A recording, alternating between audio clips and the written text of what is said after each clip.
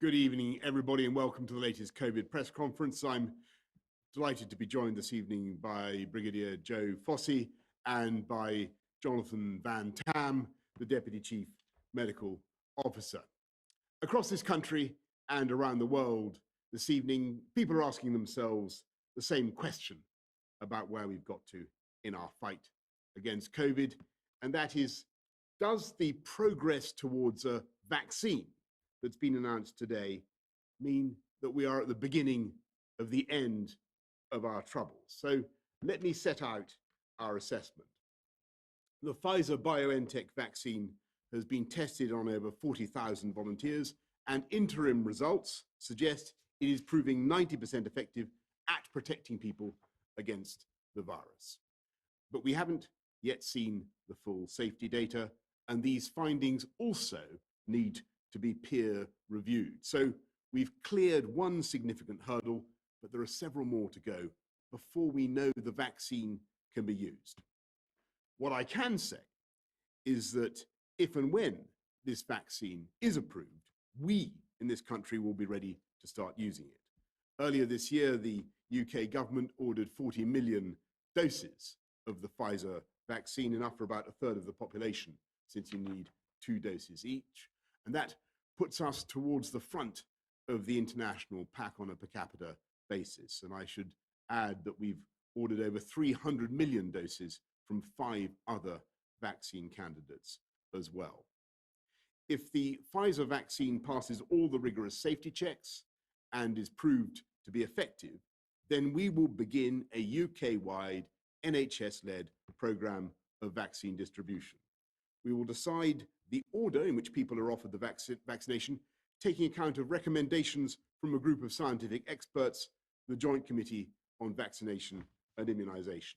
And they're looking at a range of factors, including the different characteristics of different types of vaccines, to work out the most effective way to protect as many people as possible and save as many lives as we can. And we'll be setting out more detail about that in due course. But, and you know I'm going to say this, I must stress that these are very, very early days.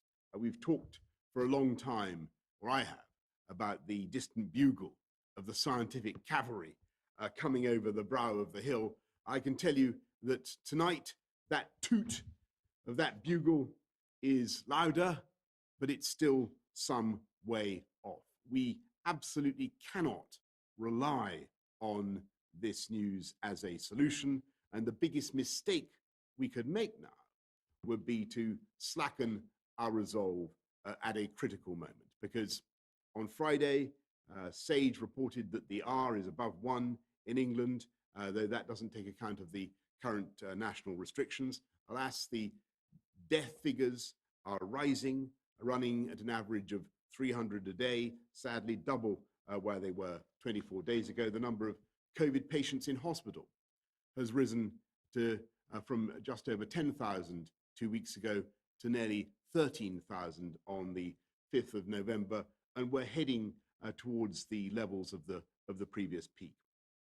Irrespective of whether there is a vaccine on the way or not, we must continue to do everything possible right now to bring the R down. And that's why we hope and believe that mass testing will help. And our first pilot began in Liverpool on Friday in partnership with Liverpool City Council.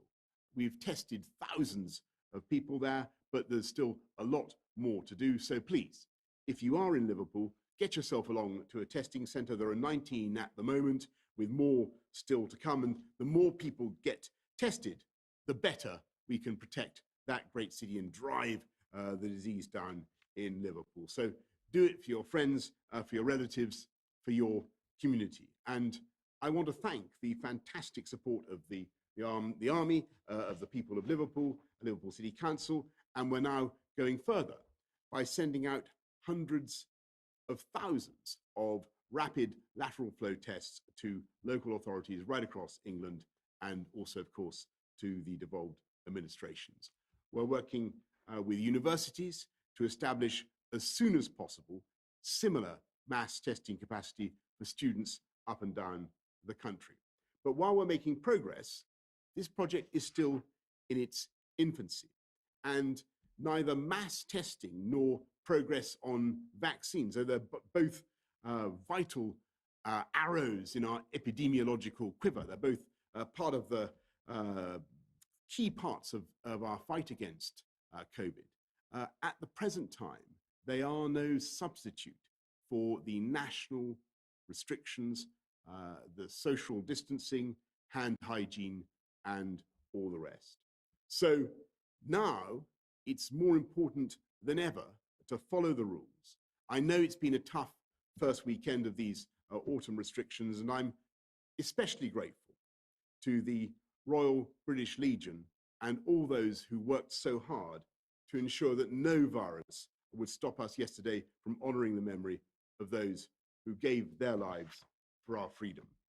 But we must get through this to the 2nd of December when these measures expire, and we plan to move forward with a tiered approach. Remember the basics then: hands, face, space, and follow the rules.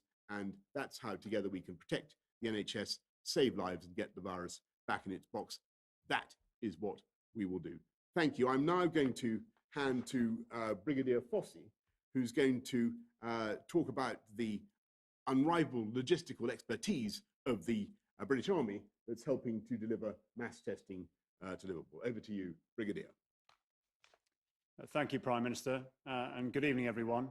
As the Prime Minister said, I am Brigadier Joe Fossey, and I'm coordinating the military support to mass testing in Liverpool. It is a privilege to be invited to help the great city of Liverpool in its hour of need. We're really pleased to be in the city and relish the opportunity to bring our unique planning skills, ability to respond quickly, and logistics know-how to increase the city's own testing capacity. Over 2,000 troops have answered the call to help Liverpool tackle COVID-19 by setting up a number of testing sites in the city. To date, we have established 19 sites, and we are working hard with the authorities to deliver more each day. I should point out that we are working in support of Liverpool City Council, the NHS Clinical Commissioning Group, and the Department for Health and Social Care to prove the concept of rapid testing. We are demonstrating partnership in action and are together in enhancing the city's ability to break the chains of transmission and helping to drive down the number of COVID cases. I want to take a moment to explain to viewers what it is that the military is doing.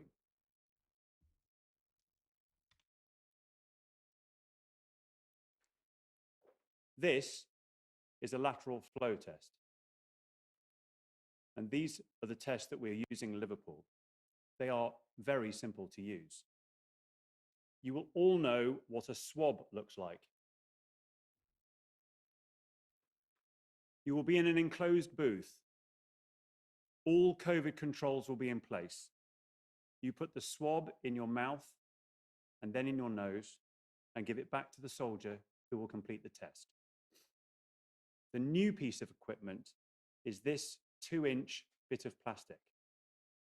It is this lateral flow device that produces such a speedy result. I have taken one this morning to make sure I was COVID-free. The test returns results within the hour, without the need for it to be sent to a lab. You will receive a message by email or text with your result. These lateral flow tests offer the chance for more regular and rapid testing. Many of us have served on operations abroad. We know what makes an effective team. The Council, the NHS, the emergency services, and most importantly, the people of Liverpool have worked together to make an outstanding coalition. It is a privilege to work alongside them. We're extremely grateful for such a warm response, more so because so many soldiers come from the city region and are excited to be giving something back to their communities. For example, Lance Corporal Lee Johnson of the Royal Electrical and Mechanical Engineers has been out helping his community in Anfield, where today we set up a testing centre in the football stadium. Using his sign language skills, Trooper Jordan Turner of the King's Royal Hussars managed to translate the testing process for a deaf member of the community.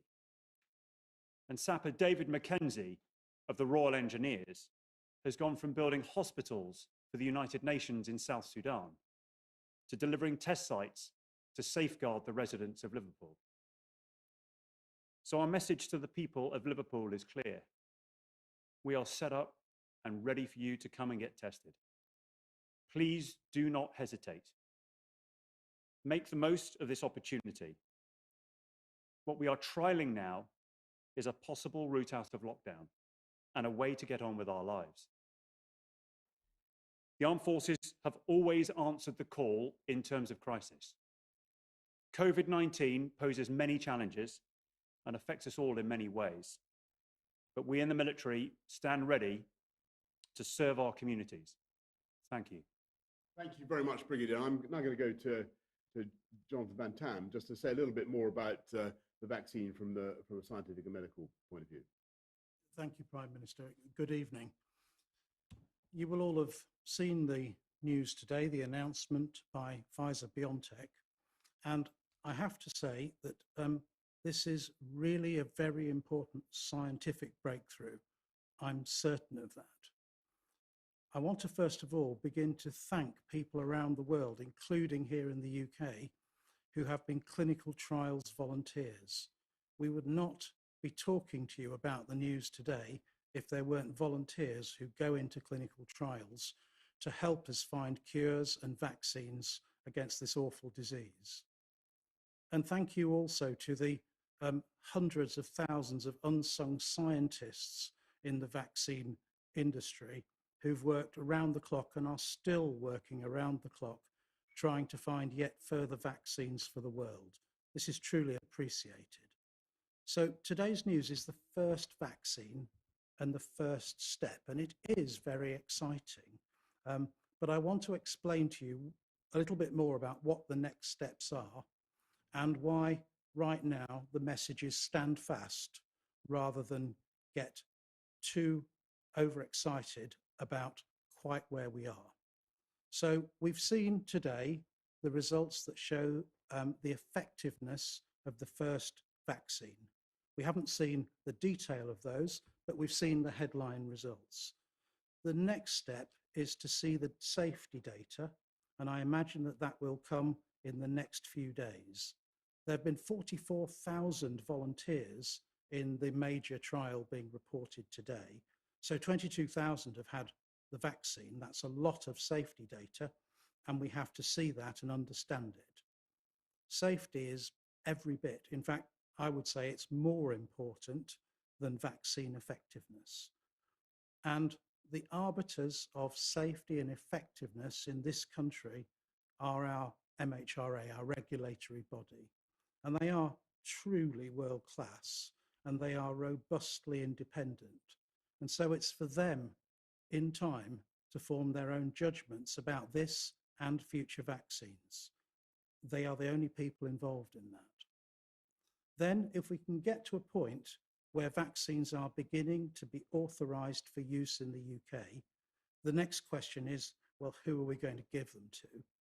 And here again, an independent body, the JCVI, the Joint Committee on Vaccination and Immunisation, will guide the government on the priorities. And you will have seen on the JCVI website that they have already identified a preliminary priority list. It is preliminary because until that committee can see the full characteristics of each vaccine, that list cannot be finalised. And it has to take into account when vaccines are likely to arrive and what kind of conditions they need for deployment, because they all have different storage and delivery requirements. So that is work for the future. But what is already very clear from the JCVI work to date is that by far and away, age is the biggest priority for patients who most need the vaccines and need to get those vaccines first if they are safe and effective. And so you can expect that the theme of increasing age being the highest priority to be a theme that stays with us as we go on this journey. I'm hopeful because of all that, but not yet certain that we could begin to see some vaccine by Christmas. What I want to do now is talk about the slightly broader context of all of this. So the current vaccine that's being announced, its results are announced today, targets the S protein of the coronavirus. And so far, all we knew was that vaccines could give us antibodies against the S protein. We did not know if vaccines would prevent disease. And so this is a huge milestone. But more importantly, it is good news for many other vaccines to come, because almost all of the vaccines coming also target the S protein. So this is like, getting to the end of a playoff final. It's gone to penalties. The first player goes up, scores the goal. You haven't won the cup yet, but what it does is it tells you that the goalkeeper can be beaten. And that's where we are today, that first sign. So what do we know about the vaccine? Well, we know this particular vaccine prevents disease. That's clear from the effectiveness readout that we've had today. What we don't know yet, and where you have to be patient and stick with us, is that we don't know what this means yet for when we can get life back to normal, when we can start to lift some of the restrictions that we live under. Frankly, we're in the middle of the second wave, and I don't see the vaccine making any difference for the wave we are now in. I'm hopeful that it may prevent future waves, but this one we have to battle through to the end without vaccine. We have to keep pressing hard for now. We've seen a swallow, but this is very much not the summer. Please don't relax. Much depends on the extent to which you continue to follow the rules, not only through the current lockdown period, but afterwards, when we hope to return to a time of slightly lower restrictions. It would be a colossal mistake on the part of any one of us to relax at this point. But vaccine supplies, we hope, will come always subject to authorization by the MHRA. And if they do, when they do, we might be able to look towards the end of spring for a much better horizon than we have in front of us right now. We will know more in time. Please stick with us for now. Thank you, Prime Minister. Thank you very much, Jonathan. Let's go to questions from the public and the media, starting with Abid from Glasgow. How will university students get back home for Christmas safely to their family, if permitted, and is it safe to do so? And how will they return safely back on campus in January? Well, Abid, thank you. I think I'll answer that. Obviously, I'm very grateful to university students for the way they've been able to get the disease down on the campuses where they've been recently. It's been a fantastic effort by universities. Clearly, we don't want young people going back and infecting elderly members of their family over the Christmas period. So tomorrow or very shortly, Abid, we'll be issuing guidance for what they should do. I know that terms will start to end from about the 30th of November onwards, and we'll be sure to be giving guidance for exactly what university students should be doing as they plan their return home, how to make sure that you university students do as much as you can to protect your elderly relatives. Anything you want to add on that, Jonathan? Thank you, Prime Minister. No, I think I'd just say that I know colleagues are working on a solution for how to get students home as safely as possible. It is a genuinely important question to ask, and I don't think I should comment until the guidance is issued. Okay, and that guidance will be coming up very soon. Thank you. Let's go to Claire from Coventry. Claire, how are you going to address adequately the mental health crisis that has resulted from a a year of COVID restrictions. And again, I'll ask Jonathan to comment on the mental health crisis. There's no doubt that this pandemic has had a big impact on people's mental health. I was talking to representatives of the Samaritans this morning in my own constituency in Uxbridge, and it's the loneliness. I think the sense of not being able to see other people that's been caused by some of the lockdown measures. Alas, all sorts of anxieties that people are prone to and have been prone to. What we're doing, Claire, is we're investing massively in mental health, a £13 billion investment in supporting NHS mental health, but also supporting the mental health charities that have been doing such a great job throughout this crisis. But obviously the best thing we can do is bring the crisis to an end as fast as we can, follow the guidance, get through the current period on December the 2nd, and then allow things to get better, as I'm sure they will. JVT. Thank you, Prime Minister. There is an enormous mental health burden, and even if not a formal mental health issue, a feel really rubbish about where we are now, feeling that's across the country, because our lives have changed. We can't do the things that we normally do as human beings. We can't interact in the way that we want to.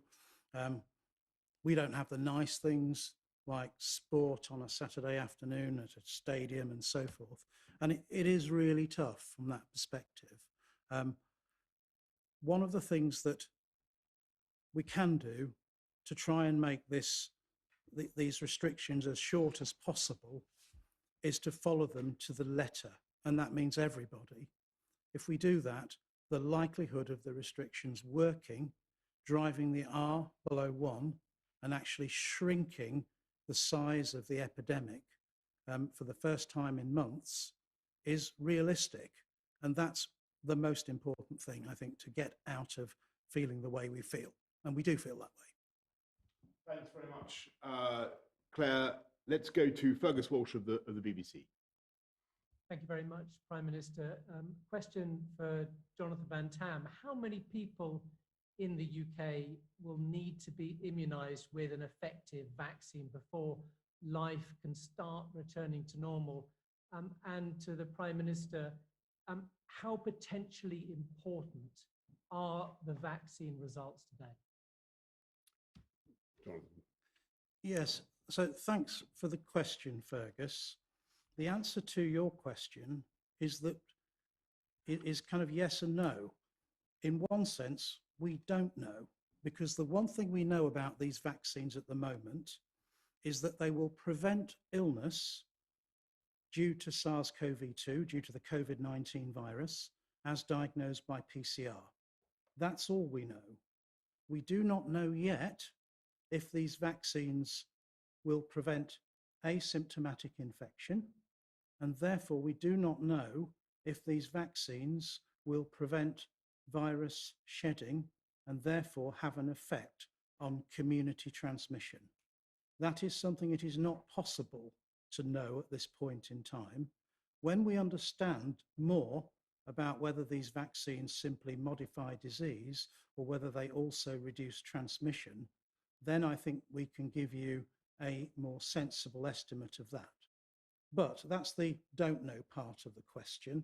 The very certain part of the question is that we know that the vast majority of the burden of hospitalisation and death is being driven by the elderly, and that hospitalisation rates rise very dramatically after the age of 50.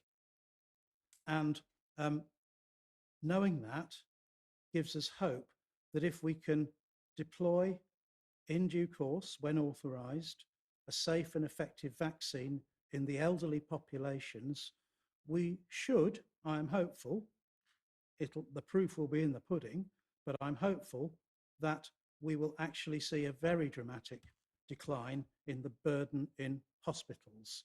But that can't happen all at once. We don't have the vaccine supplies yet. They are not authorised yet. They will not all come in one go. And when they do, even with enormous planning from the NHS, it is going to take time to roll that kind of programme out. But it does explain why the published JCVI advice begins with the top priority group, older adults resident in care homes and care home workers. Next, all those aged 80 years of over and health and social care workers. Next, all those 75 years and over, following on 70, 65. It's on the JCVI website. I won't take up time. I'm sure you've seen it anyway. But that explains why we are planning, when we have authorised vaccines, to start in this way if we possibly can. Thank you, Prime Minister. Thanks, Jonathan. Fergus, when I've talked about the 3 scientific tools that I think are going to be most useful in defeating this virus, the weapons that we have at our disposal, I've talked a lot in the last few weeks about better therapies, better medicine, dexamethasone, other treatments that are reducing the mortality rates in hospital.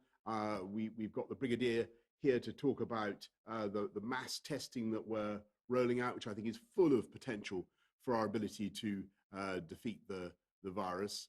But when it's come to the vaccine, the third part of the third pillar of the tripod, as it were, I've always been quite cautious because it's a long time since SARS broke out and we still don't have an effective vaccine against SARS. So I've been very, very hesitant to get people's hopes up, Fergus, unnecessarily.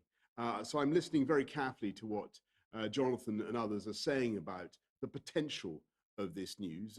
It's obviously potentially very, very good news, but there are still a lot of hurdles that need to be overcome before we can be certain about the efficacy of this vaccine, exactly how it is going to work. What I can tell you, obviously, is that we've secured a large proportion of the supply that Pfizer will be making, in addition to the 300 million other doses of other types of vaccine that we've also secured, if they come good. And I think one of the interesting things that the most fascinating thing that Jonathan has said, to my mind, this evening, is that this vaccine offers a ray of hope for all those other vaccines if it really works, because it targets the S protein of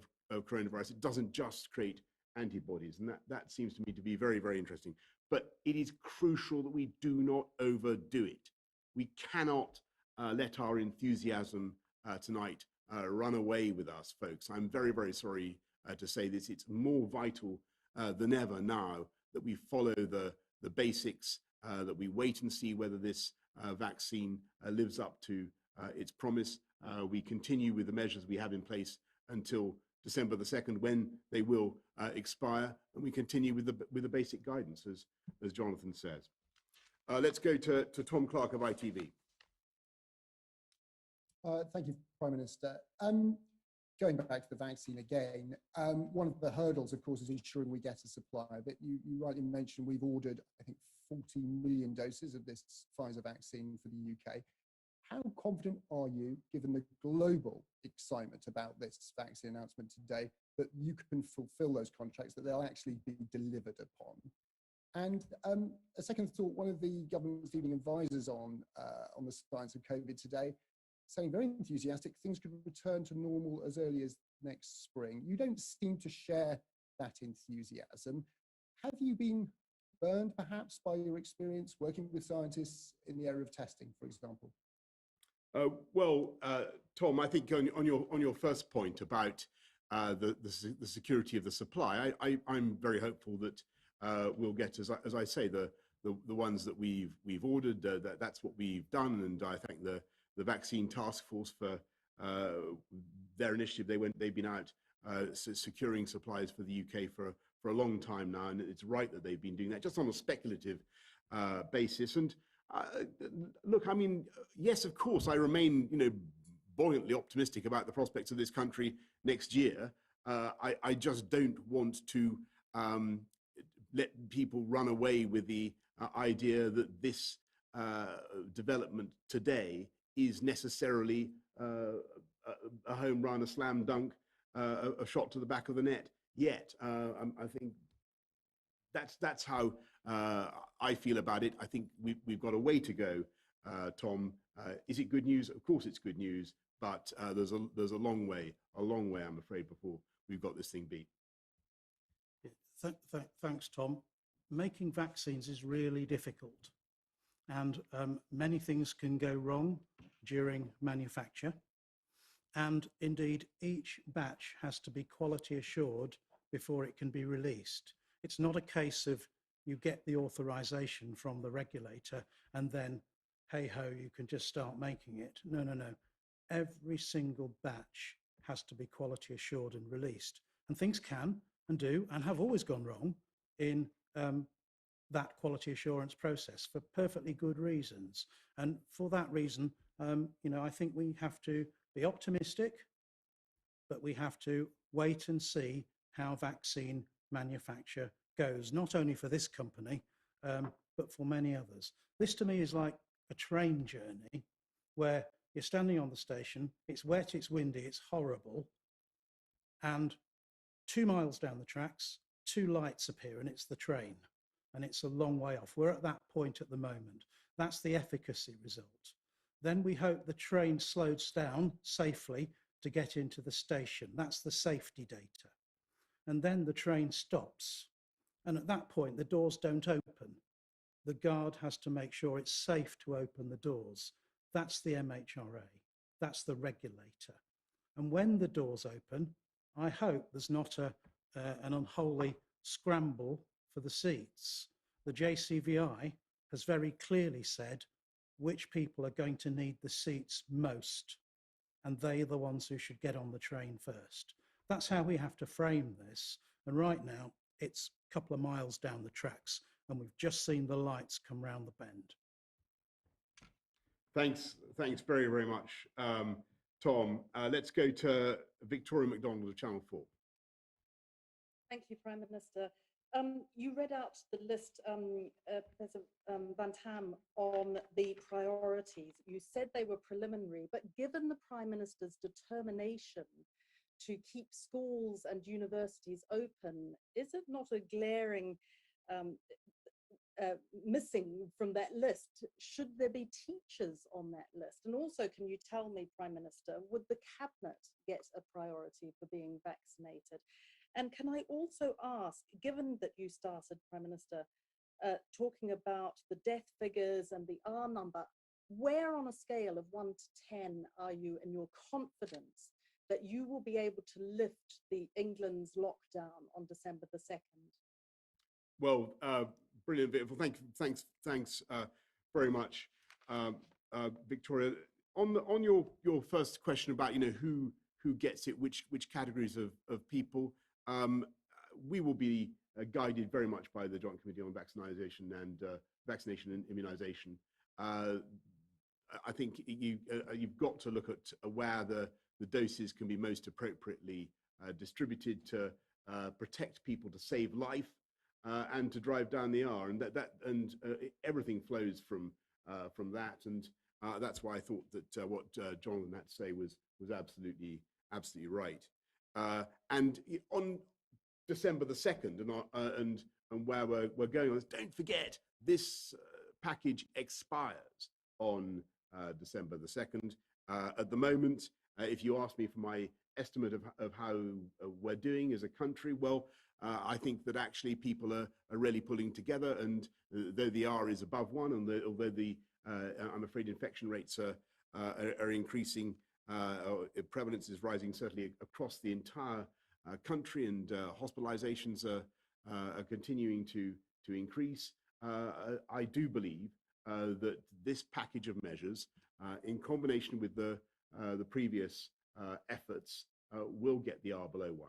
I've got a lot of confidence, but it depends on all of us doing it together.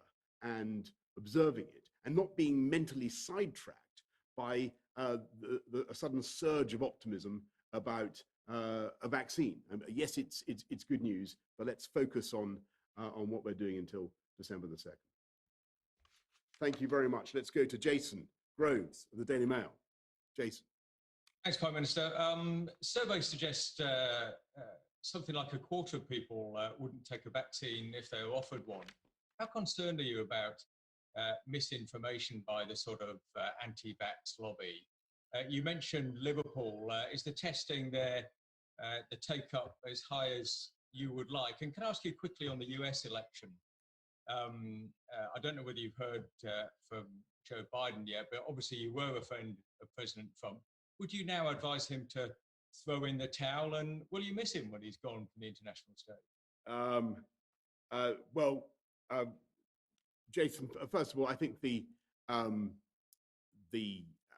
anti-vax argument holds no water. I think people need to remember that in having a vaccination, you're not just protecting yourself, you're protecting anybody who could get infected by you or your family as a vector of the disease. So I hope very much that people won't be listening to those types of arguments.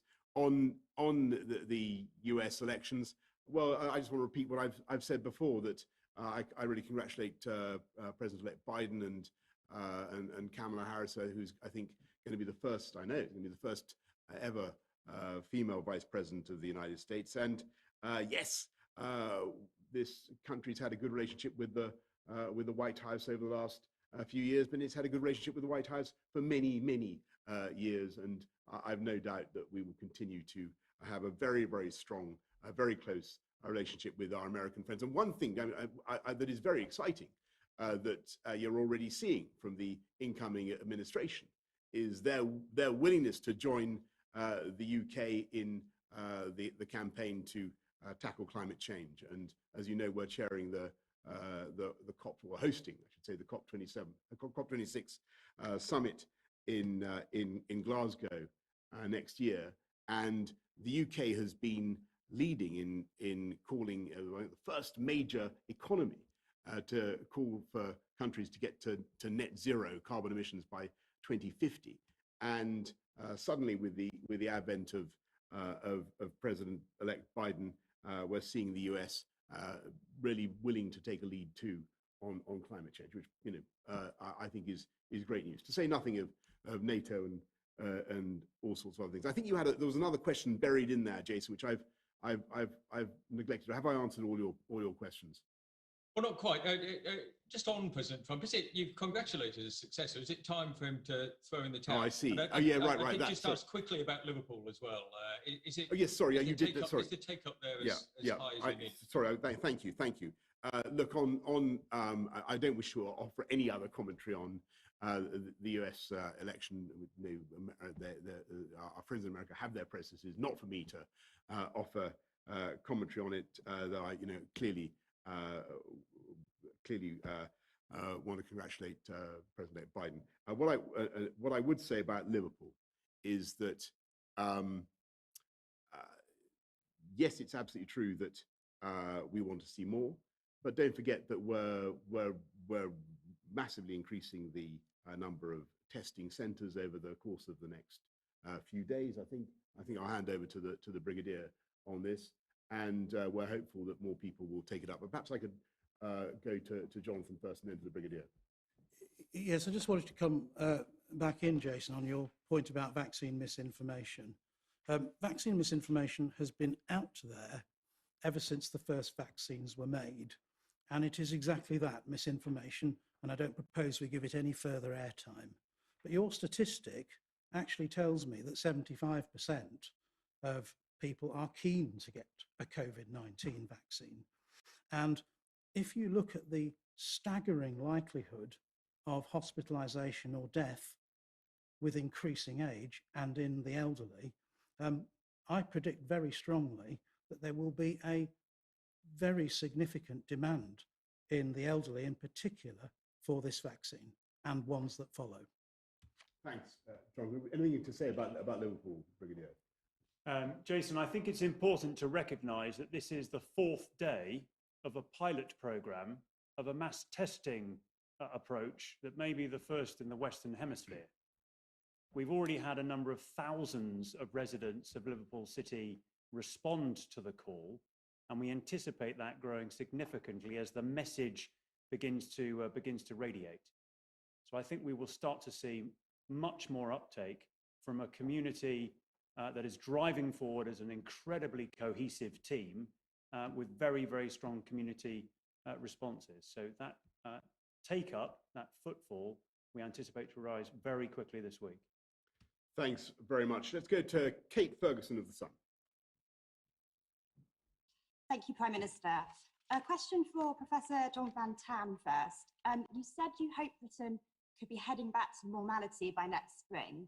What does normal mean? So will Brits be able to bin their face masks, hug their grannies, kiss their dates again?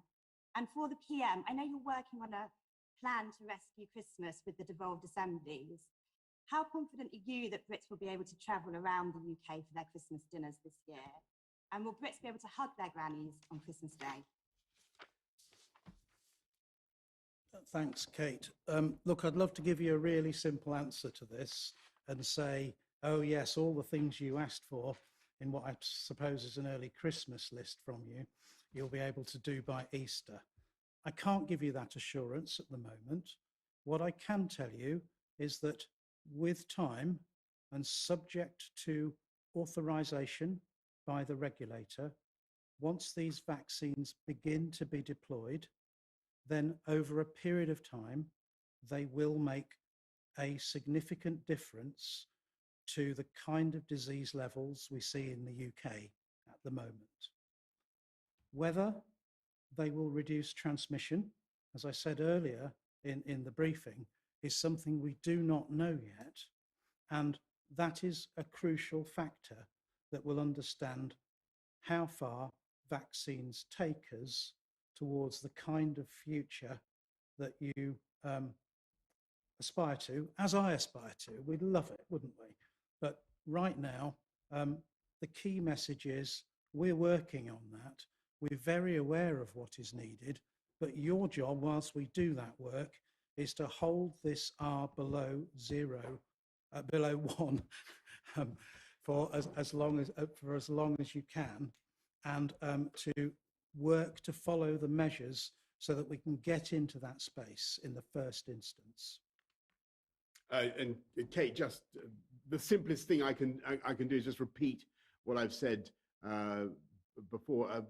The more we comply, the more scrupulously we follow the guidance and the rules right now, the better all of our chances of having a Christmas that's as close to normal as possible. That's the objective that we're working for. Let's go lastly to Joe Murphy of the Evening Standard. Joe. Thank you, Prime Minister. Professor Van Tam, can I ask you to share a bit more of what you know about the likely time it would take from a first injection of this vaccine to actually being immunized? For example, if people had their first administration on December the 1st, is it likely or unlikely that they might be able to hug people on Christmas Day?